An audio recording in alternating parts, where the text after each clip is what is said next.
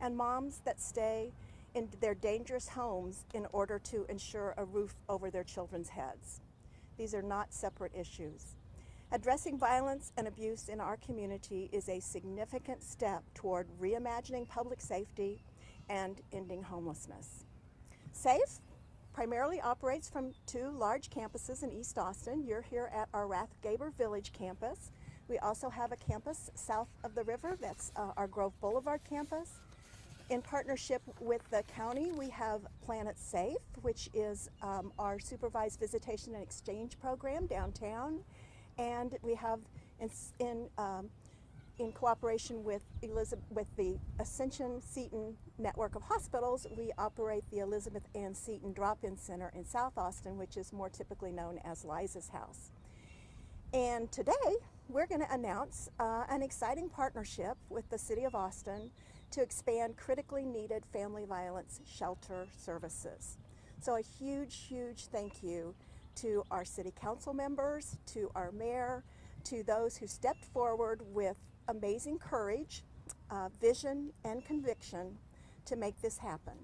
And we will ask that, since we've got a lot of speakers, we're going to try to have the person that talks introduce the next person. So I'm going to introduce Councilmember Kassar, who has been instrumental in making this happen. Thank you. Thank you.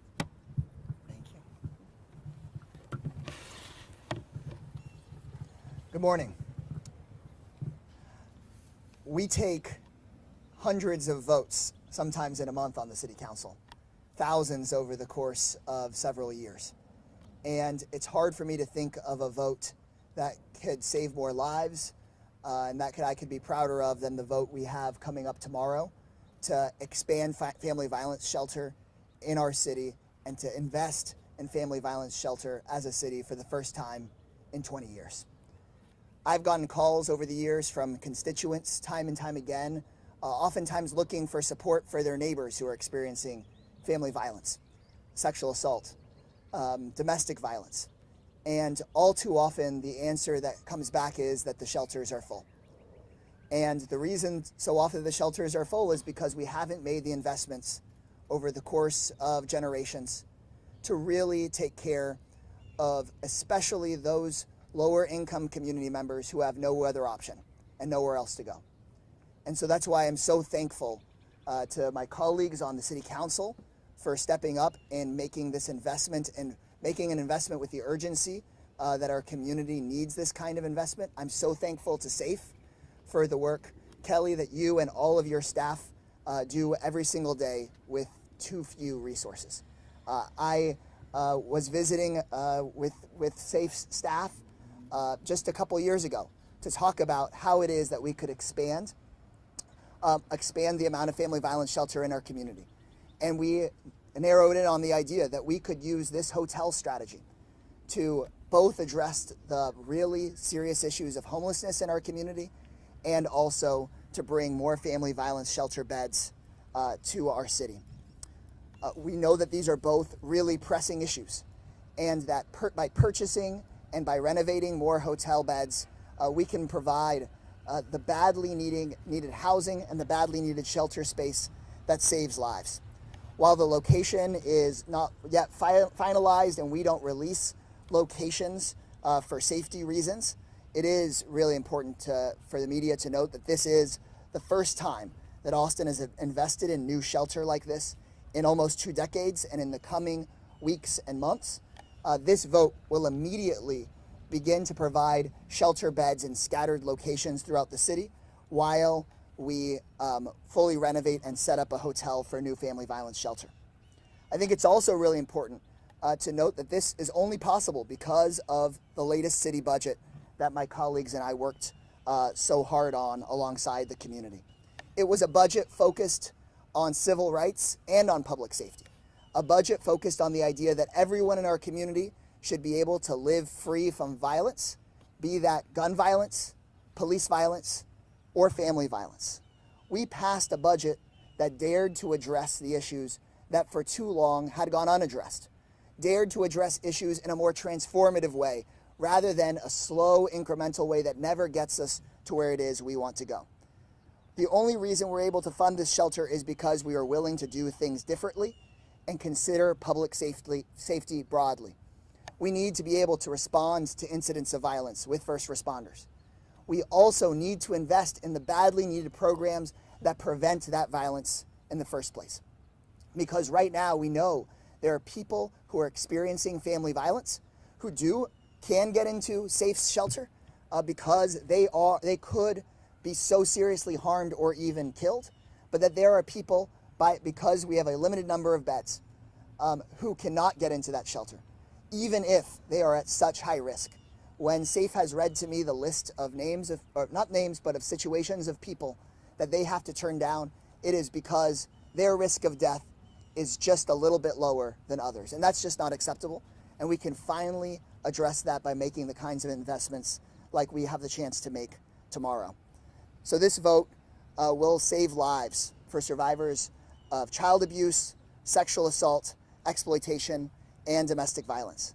With these kinds of comprehensive services, this kind of partnership, and the support of all of my colleagues, I believe we can be a city that protects civil rights and drastically reduces all forms of violence in this community. So again, I'm just so thankful for everyone at SAFE, so thankful for the district and county attorneys' work on this, and appreciative of all of my colleagues who are here who co-sponsored the resolution last year as well as the budget amendment. So now I'm proud to introduce and bring up Councilmember Alter. Thank you, Greg. Good morning. My name is Allison Alter, and it's my honor and privilege to represent District 10, Central Northwest Austin on the Austin City Council. Austin often makes the list for best city. Best city to live, be entertained, get barbecue, live music, and the list goes on. But how should we evaluate ourselves as a city? A city should be measured, in my view, not just by the height of our skyscrapers or the number of billion-dollar companies that call us home. We should be measured by what we do for those on the margins in our community. Our success as a city should be measured by the help we provide and the opportunities we create for those who need a support system. Unfortunately, we know family violence is on the rise in our city. We also know that it has a disproportionate impact on women and children. In 2018, there were nearly 10,000 reported cases of family violence in Austin, Travis County. And we know that these crimes are dramatically underreported. For too long, women, children, and survivors have been afterthoughts and footnotes in our city's budget, but no longer. As a female elected official serving on a supermajority female council, and as a mother, to me this is personal. I understand in my core that Austin will only succeed when our women and our families thrive. This contract, along with several other council actions, represent a significant commitment to address the magnitude of the crisis and end the historic underfunding of these efforts. By approving this contract with the SAFE Alliance to manage the city-owned family violence shelter, we are making dreams a reality. Not just dreams for the SAFE Alliance, who's an integral part of our community's response, but dreams for survivors who imagine a future that is safe and free from violence and that allows them to meet their full potential. I look forward to joining my colleagues in advancing this funding tomorrow. I look forward to the work that SAFE will be doing in partnership with the city to provide additional shelter capacity and services for individuals and families that are fleeing family violence. It's now my honor to introduce my colleague, Councilmember Kathy Tovo.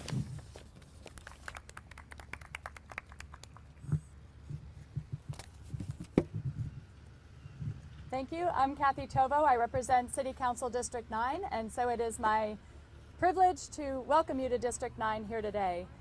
Thank you so much to my colleague, Councilmember Kassar, and to Kelly White and others from SAFE Alliance. I really appreciate the opportunity to be here today to really voice my support for this important new resource for so many families in our community. This is a very important investment in our homelessness response system. When survivors of family violence flee abuse, they're often forced to leave their homes very quickly.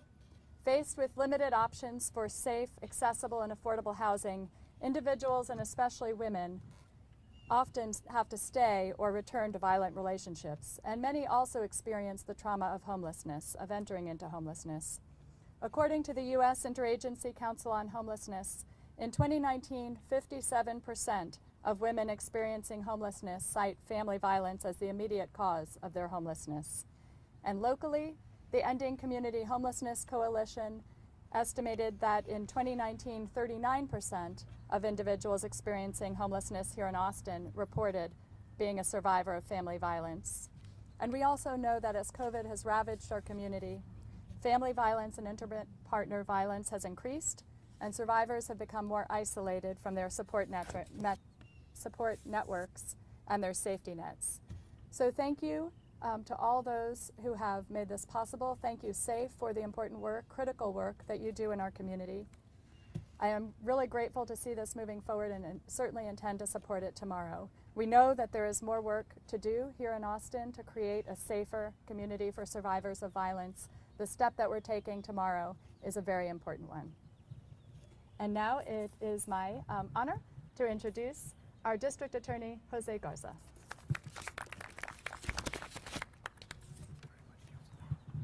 Oops, sorry. See if I can do this without tripping. No problem. Take your time.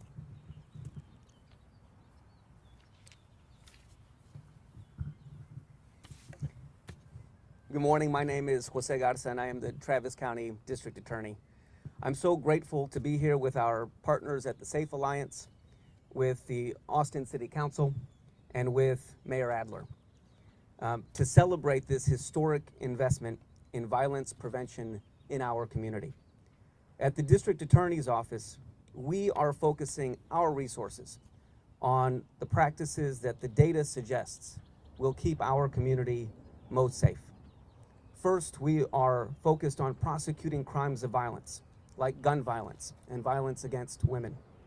Since the start of this year, our office has secured over 350 indictments for crimes of violence, including murder, kidnapping, sexual assault, aggravated assault, and violent crimes against children. In addition, last month, our office announced the creation of a homicide and major crimes unit that will be staffed by our most experienced prosecutors, who can be in regular communication with homicide and major crime detectives. But if we are serious about addressing violence in our community, we cannot just prosecute people who commit crimes of violence after it happens. We must invest our resources in services and practices that will prevent violence from happening in the first place. That's why last week, our office partnered with County Attorney Garza to announce a new firearm surrender protocol to ensure that we are getting guns out of the hands of people who may pose a threat to our community. Access to a firearm can lead to serious injury or death, especially for someone who is facing criminal charges, who is experiencing high amounts of stress. People charged with family violence, for example, are particularly at risk. In 2019, 185 Texans were killed by their intimate partner. Of those deaths, 63% of men used a firearm to commit that homicide. But it doesn't have to be this way.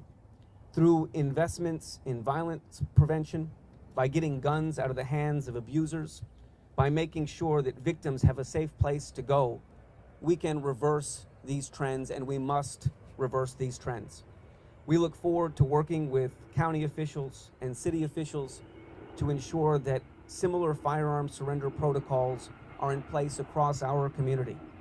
It is also why we are working with Commissioners Court to invest in a prevention center, in a harm reduction center, so that people with unmet mental health needs and substance use disorder can get the help they need before they come into contact with our criminal justice system. Our work has just begun, but today marks a significant step towards preventing domestic violence and sexual assault in our community. And I am grateful to our colleagues at the city for their leadership. And I am privilege to introduce my friend and colleague, County Attorney Delia Garza.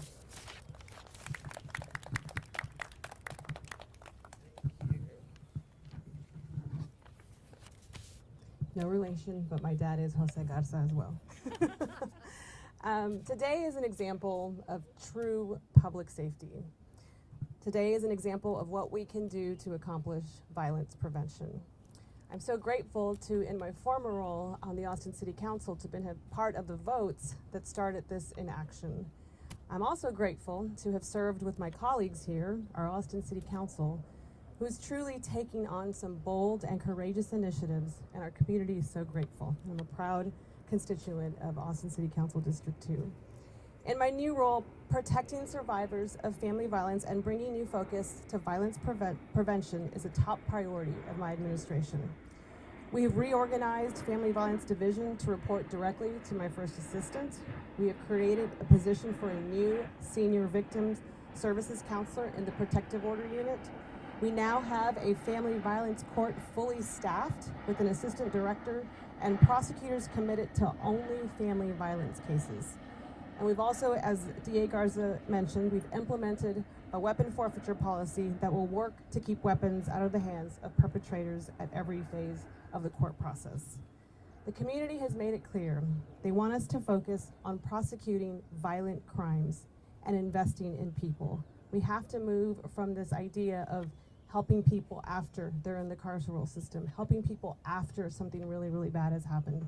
We're also working, as DA Garza mentioned, on a prevention center, a harm reduction center that provides people the mental health services they need before they're in jail. We need to move from this culture of, well, jail is where they can get mental health services. And so this today is just another example of trying to do things differently to truly protect the community, to focus on violent crime, and to focus on everything we can do for our community, our most vulnerable in our community. So I want to thank SAFE for all the work they continue to do in our community, and know you have a strong ally in the County Attorney's Office.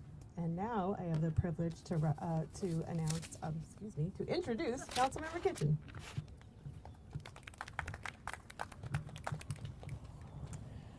Thank you all. My name is Ann Kitchen, and I'm the City Council member of South Austin, District 5. And I want to say that I'm proud to stand up here with my fellow leaders in this community, with DA and County Attorney Garza, with my fellow council members, and with the mayor, and with the amazing, amazing people from SAFE. I had the privilege of being a Rape Crisis Center council many years ago, before they came together with SAFE. And I know and understand how difficult this work is, how it's been a long-standing problem in our community, and how as a community we can work together to be more proactive and address these kinds of issues.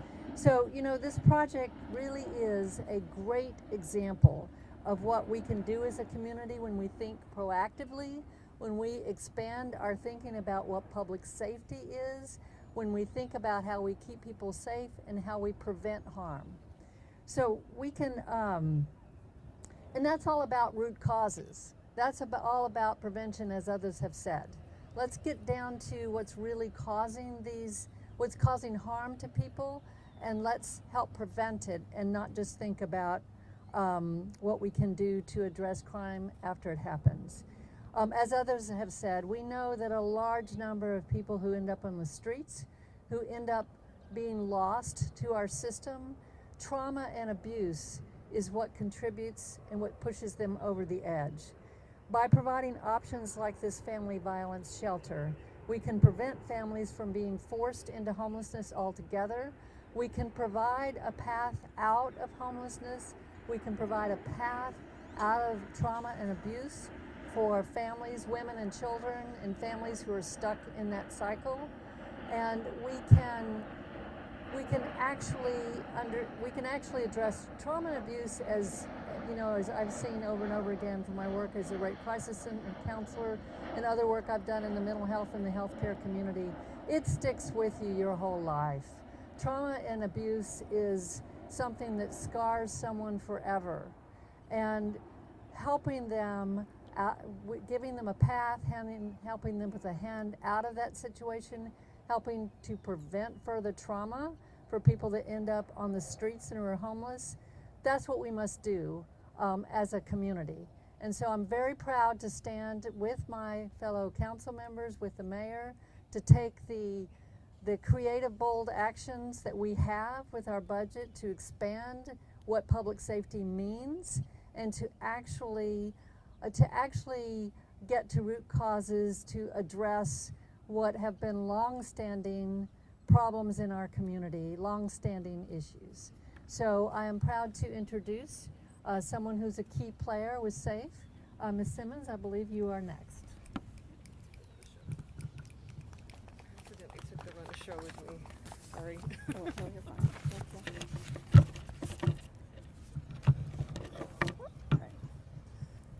So my name is Quenisha Simmons. I serve as the Senior Director of the Family Shelter Programs at the Safe Alliance, and my pronouns are she and hers.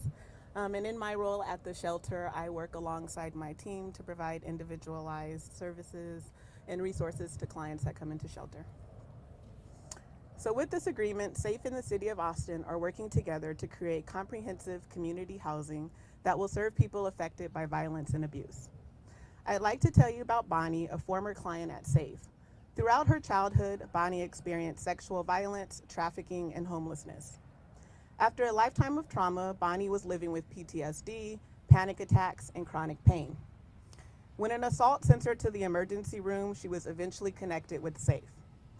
We got her into shelter, connected her with medical and mental health care, case management, peer support, and assistance to receive SSI benefits.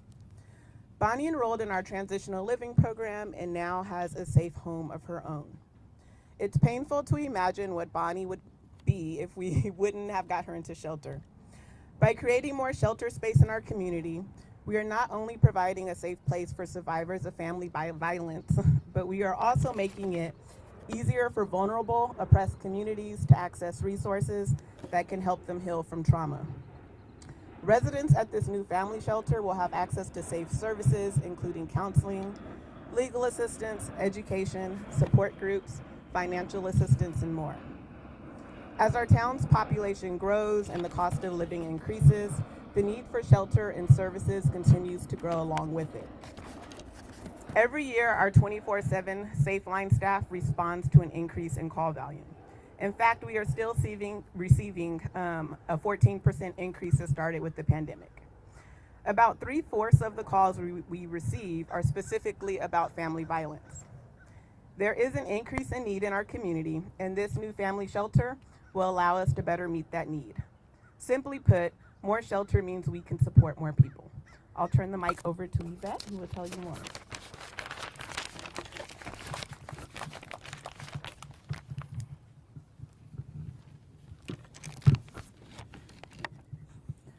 Hi, hello, my name is Yvette Ruin, and my pronouns are she, hers, and hers.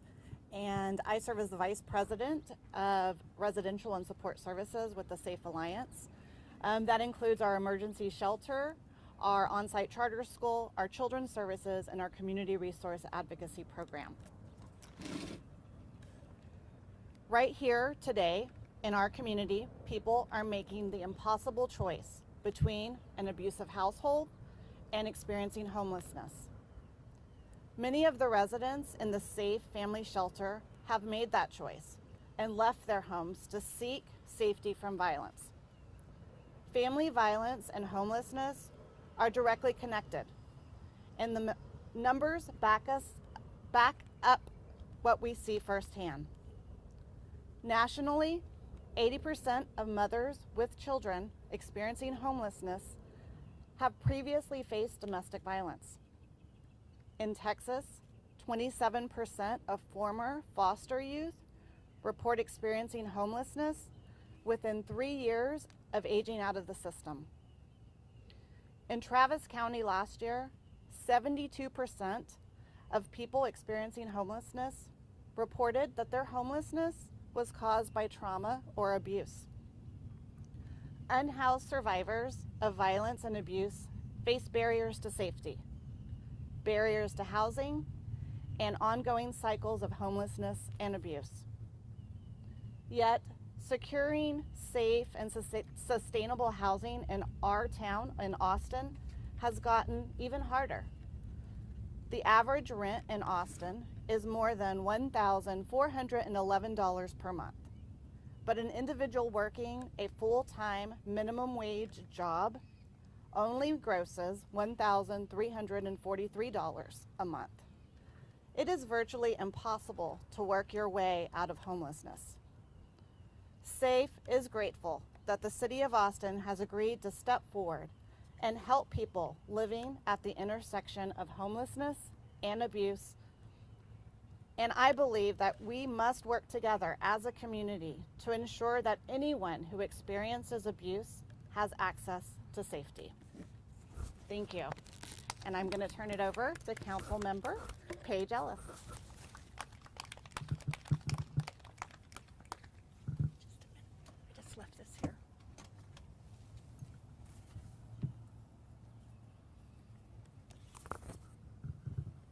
Good morning. I am City Council Member Paige Ellis. I am proud to represent District 8, Southwest Austin. The pandemic has impacted the entire world, but we've also seen the importance of protecting our community and to ensure victims of family violence have a safe place they can go if they need to leave a dangerous situation. With people isolating and quarantining in their homes for the past year, we saw rates of family violence increase, and with it, the demand on organizations like SAFE. It is encouraging to be here today to see this new shelter become a reality, and as we reimagine what public safety looks like for Austinites, I'm proud to have helped sponsor the budget item to make it happen. When we invest in preventive programs and shelters and give victims of family violence a place to go, we help make it easier for them to keep their lives on track safely. Thank you all for the incredible work you have done for our community throughout the years. It's really great to stand with my colleagues and other community leaders to do something like this today. And the next speaker is Nelly, Roby, Board Chair.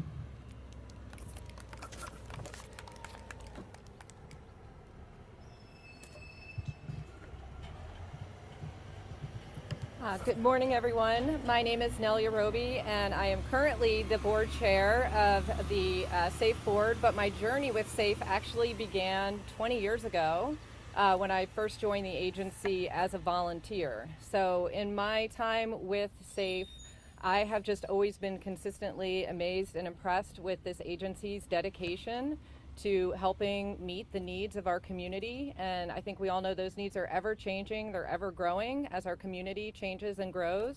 One example of this, I think, is several years ago when it became apparent that survivors of sexual assault were not, they did not have reliable access to forensic exams and medical care.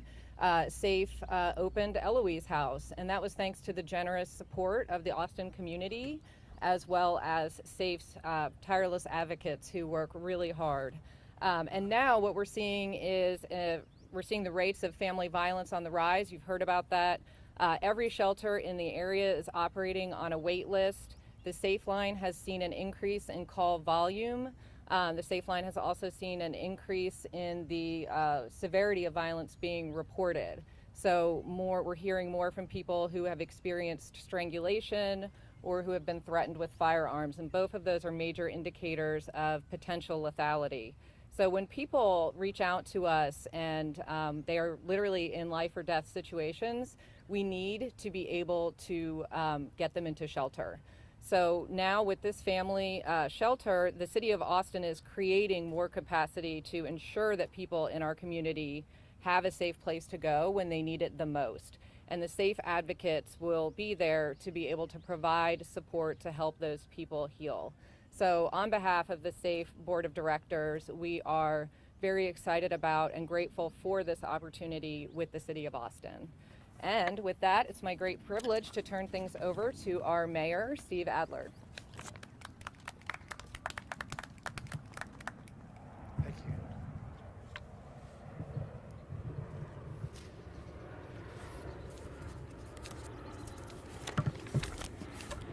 Real proud, real proud to be here today with my colleagues on the council, to be here with my county attorney and my district attorney.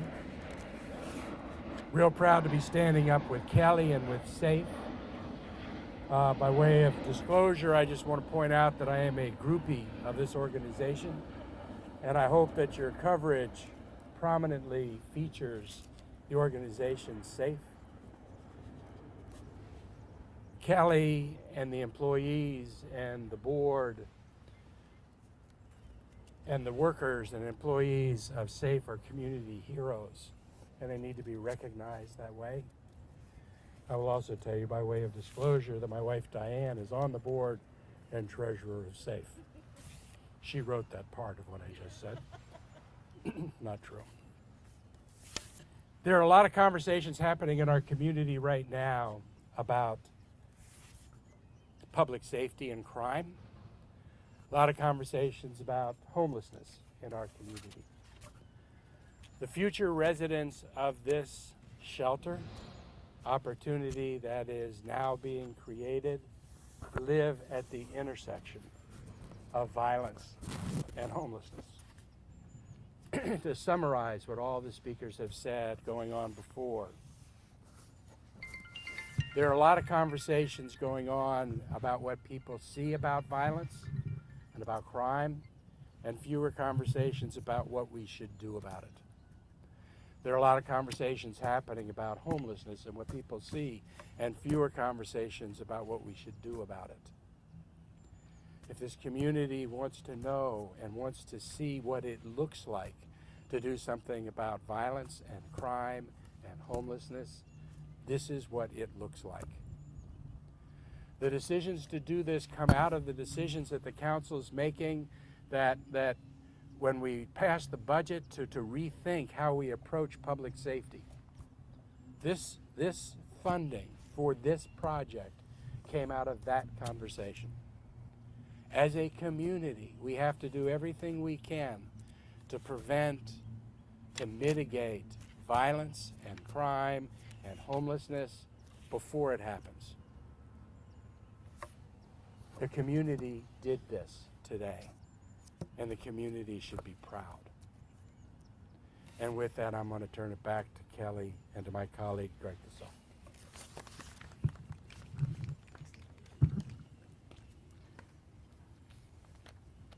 So we're going to take a group picture here in a minute, but we do want to be able to answer questions. I think we already had a couple of questions come in. One was, I had mentioned that it had been 20 years. So in 2001 was the last time the city made a significant investment in family violence shelter. So this is the first time since then, so the first time in 20 years that such a significant investment has been made. So I'd like to echo the mayor's point that while there has been a lot of important community conversation about the city's budget last year, this is a clear example of the benefits of taking on a budget in a challenging way to bring forward to the community real solutions for safety. So that was one question. Another question that somebody from the press sent into my staff was, I had mentioned about dispersed beds versus the hotel.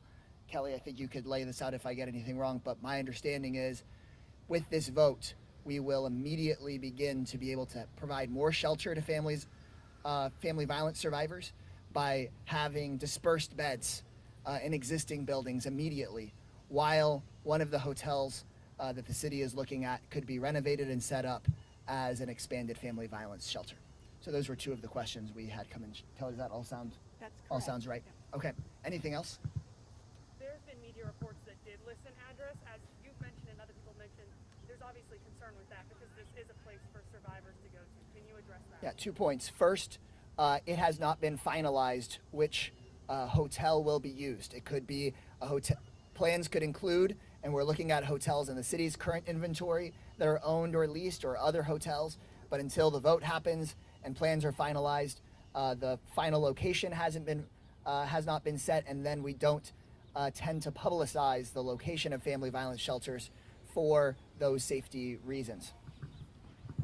So I just want to respond to that pretty quickly. Can you go to the mic, please? Oh.